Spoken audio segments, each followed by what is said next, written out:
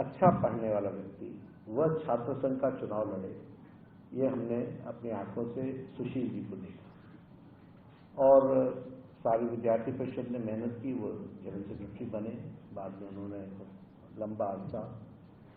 एक बात सिर्फ मैं कहना चाहूंगा कि आंदोलन में सभी लोग आए, बहुत से नेता आए उस समय, सोशलिस्ट भी थे, हमारी विचारधारा के भी थे, बाकी भी थे, जिन्होंने जयप्रकाश नारायण के आंदोलन में एक अपना योगदान दिया।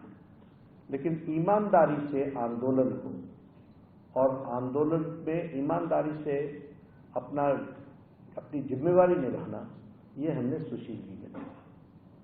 अब कहना नहीं चाहिए आज के दिन, लेकिन बहुत लोगों को मैंने देखा जो जेल में थे, लेकिन ज्यादातर वो राजेंद्र के आर ब्लॉक के हॉस्पिटल में देखा करते थे। लेकिन सुशील मोदी पूरे इमरजेंसी के दौरान जेल में रहे और उन्होंने वहां भी, जेल के अंदर भी, जैसा अभी हरिंदर जी ने बताया कि कई बार आंदोलन किए और कई बार विषयों को लेकर के उन्होंने वहां भी अपनी बात को आगे रखा। एक वाकया मुझे याद आता है कि जब 77 में आंदोलन समाप्त हुआ, इमरजेंसी हटी, तो सभी युवा नेता या तो कोई एमएलए बन रहा था या कोई एमपी बन रहा था, और एमपी बनने की होड़ थी। और सुशील जी का कद इतना बड़ा था कि वो इनसे कहीं ऊंचे स्थान पर थे।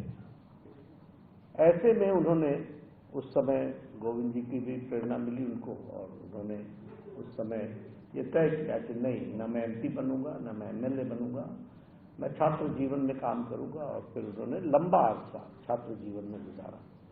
ये उनका कमिटमेंट टू द कॉज के प्रति समर्पण और संगठन और विचारधारा के प्रति समर्पण हम लोग को साफ देखने को मिलता है। बाद में जब वो व्यक्तिगत जीवन में खड़े हो रहे थे, तो जैसा हरिंदर जी ने बताया कि वो सार्वजनिक जीवन में आए और जिम्मेवारी दी गई इसलिए आए, नहीं तो वो अपने जीवन में अपने आप को साधारण व्यक्ति के रूप में आगे बढ़ने का प्रयास कर रहे थे। लेकिन पार्टी की आशा थी तो उन्होंने राजनीति में भी कदम रखा।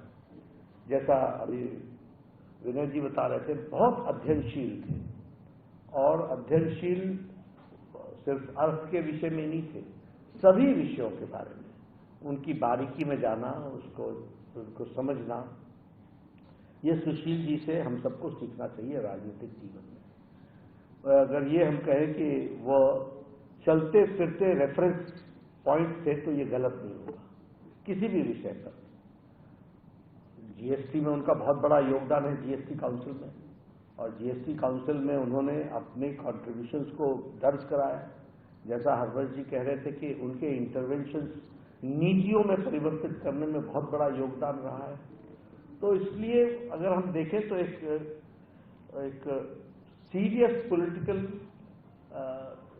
स्टूडेंट के रूप में उन्होंने राजनीति को भी जिया, और उसके गहराइयों में जाकर के सार्वजनिक जीवन में किस तरीके से अंतर आ सकता है, इसके लिए उन्होंने अपना जीवन लगाया।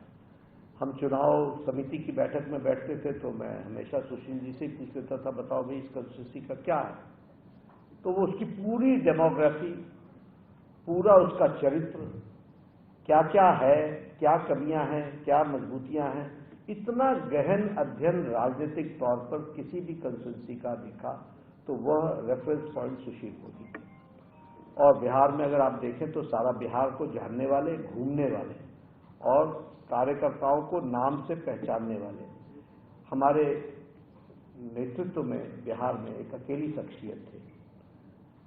उनका कंट्रीब्यूशन राज्यसभा में बहुत रहा, डिप्टी चीफ मिनिस्टर के रूप में रहा। बिहार को फिर से वापस पटरी पर लाने में और डेवलपमेंट के दृष्टि से उसको खड़ा करने में और उसकी फाइनेंशियल डिसिप्लिन को लाने में, उसमें सुशील मोदी जी का बहुत बड़ा योगदान है।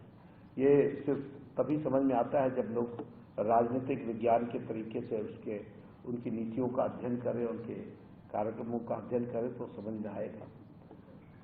हम सब लोगों को वो असामयिक छोड़ दें, ये समय नहीं था उनका जाने का, ये समय था उनका कंट्रीब्यूशन करने का, लेकिन ईश्वर ने उन्हें हम सबसे छीन लिया।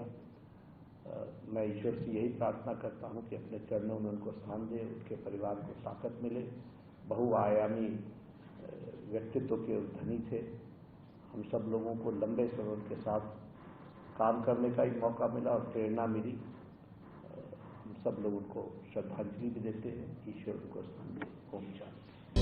Welcome to K-Mall, a premium project by Kaleen Group. K-Mall is in the heart of Kolkata's electronic, garment and lifestyle hub, Khidirpur. K-Mall, which is designed as a world-class mall, is the outcome of endless effort of our experts, combined with modern superb techniques and new age design. Book now